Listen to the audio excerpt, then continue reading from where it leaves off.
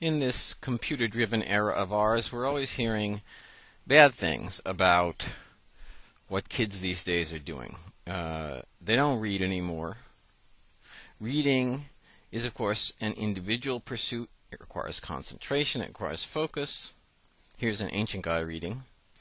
The problem with the modern world, everyone says, is that there isn't enough collaborative learning and there isn't enough focusing. So look at these kids. They're sitting there, they're reading, and they're talking about it, and they've got pieces of paper in front of them, and look at that happy teacher. She's got her mug of coffee.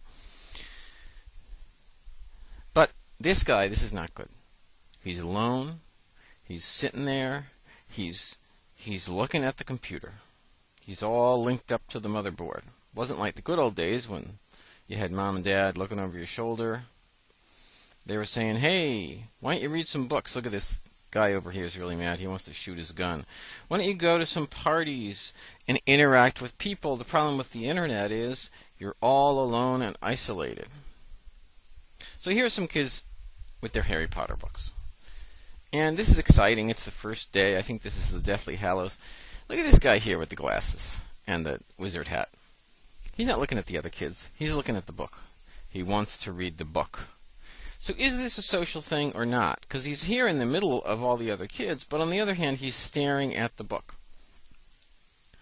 Now, if he were a middle-aged lady and he were having a book party, it wouldn't be a problem, because you know what you do at a book party is you get together and you pretend to read a book and you really chat for 2 hours.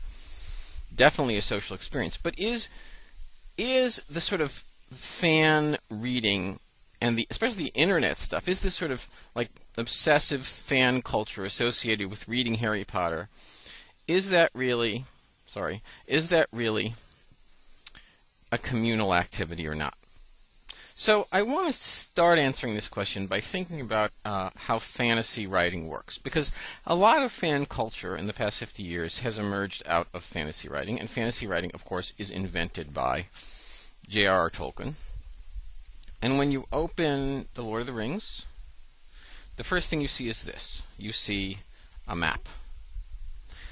And you see a map because you need the information on the map to understand what's going on. You also need a glossary because the words are so weird. Fantasy is based around information. And that's true of Harry Potter as well. You need reference materials to understand fantasy. And if you're reading fantasy yourself, you have to learn what all these words mean. J.K. Rowling offers us actual reference materials, like Fantastic Beasts and Where to Find Them. And in the book itself, she'll give you lists and lists and lists of information about stuff. Like this is a description of honeydukes, lists of all the candies. And so the experience of being a fan of fantasy literature is that you are sharing information. If you go to Wikipedia and look up the Harry Potter spells, you'll see that all these people have contributed. They've all shared across the internet information about the different spells. Because there's so much stuff in these pieces of fantasy writing that the best way to sort of engage with people is to share information. And that's true of a lot of different kinds of fantasy games, fantasy collectibles, a lot of things that kids do. For example, so here's a Pokemon card, and when you look at this card, what you see is lots of information. You see the hit points, the fire, whatever these are. I don't know what any of this means. But it's really complicated. It's an array of numbers and crucial pieces of information that allow you to play the game. Here's actually a Harry Potter card. They came up with their own card game, much less complicated than Pokemon, clearly. This is nothing new, of course. There were always baseball cards, and baseball cards also were covered with information. And you would get together. If you see people talking about sports, it's the same thing. They get together and they exchange pieces of information about who's being traded and how much they're being paid and what their GPA is and whether or not they're good players. That's how fan culture works. And you got to try to organize this information. So if you have if you're into Pokemon, you can actually buy this little thing called the Pokédex, which also exists inside the cartoon itself, in which you organize all your Pokemon, or you can go online and have an online Pokédex. Video games also engage in this sort of information structure. Now, this is World of Warcraft, and World of Warcraft is fairly famous for the cooperative nature of the game, so that you actually create online social groups, and people who are sort of have difficulty socially can do this online and engage in cooperative activities. But look at the screen. Everywhere you look, you have all these icons, all these numbers, all this sort of array, is this kind of dashboard set up that allows you to organize the information, and that's how you relate, that's how you connect to the other people, is by moving pieces of information around.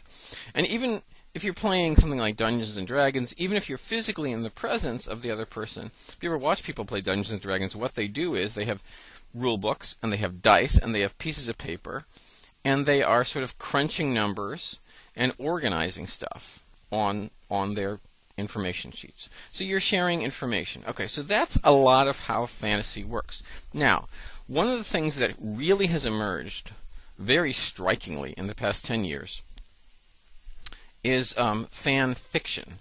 And in this kind of fan culture, you're not just sharing information, you're actually sharing stories.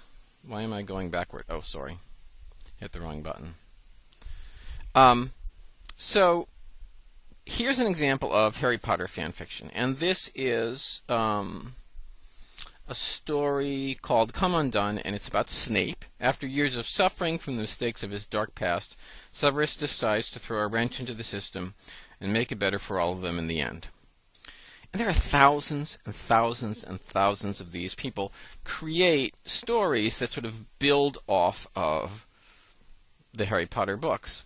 And what makes it particularly communal is this. See this? There are 64 reviews. And when you look at those reviews, what you see is that people say not only I like this, but they offer suggestions. This guy says it feels a little harsh toward Dumbledore. You have a future Snape arriving in the past and going to Godric's Hollow.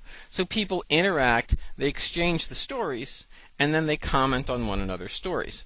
And this can become even more elaborate in something that Black describes called relayed writing, in which one person writes part of the story and then sort of passes it down the line to the next person, passes it down the line to the next person. And she says, much like the role-play writing of fan fiction authors, this collaborative form of writing shifted the focus from individual authorship to participatory forms of writing that were facilitated by the new technology. So participatory forms, sharing stories, communal writing. And, Black and the other articles we looked at today say, how can we take this? Because kids, grown-ups love to do this. This is happening like crazy online.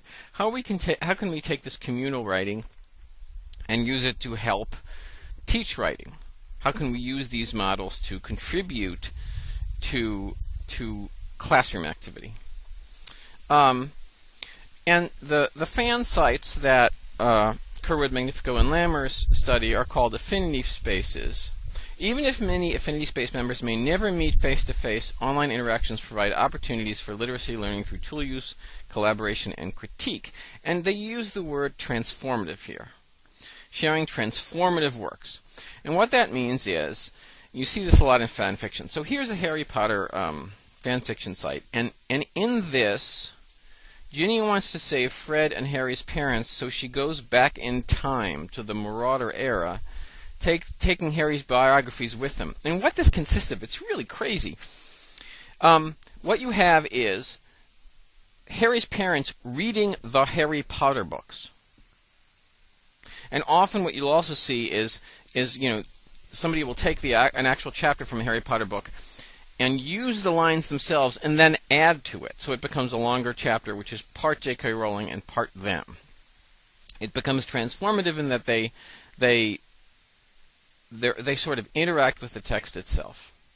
Now, in case you think that this is just a Harry Potter phenomenon, here is a Gone with the Wind fan fiction site. Hundreds and hundreds of Gone with the Wind pieces of writing. This community is designed for the most romantic and sought-after fictions. Great selection of great Gone with the Wind fanfics. This one is called Oh Fiddle-Dee-Dee. So what the fan fiction allows is the solitary act of reading becomes a communal act. Everyone's reading the same things, and they are connecting with them by exchanging information, by exchanging ideas, by exchanging responses, and by exchanging stories. And fan fiction itself is probably the most elaborate version of that, in which you start with a piece of writing, you end with a piece of writing, but in between there's all this interaction between yourself and other people.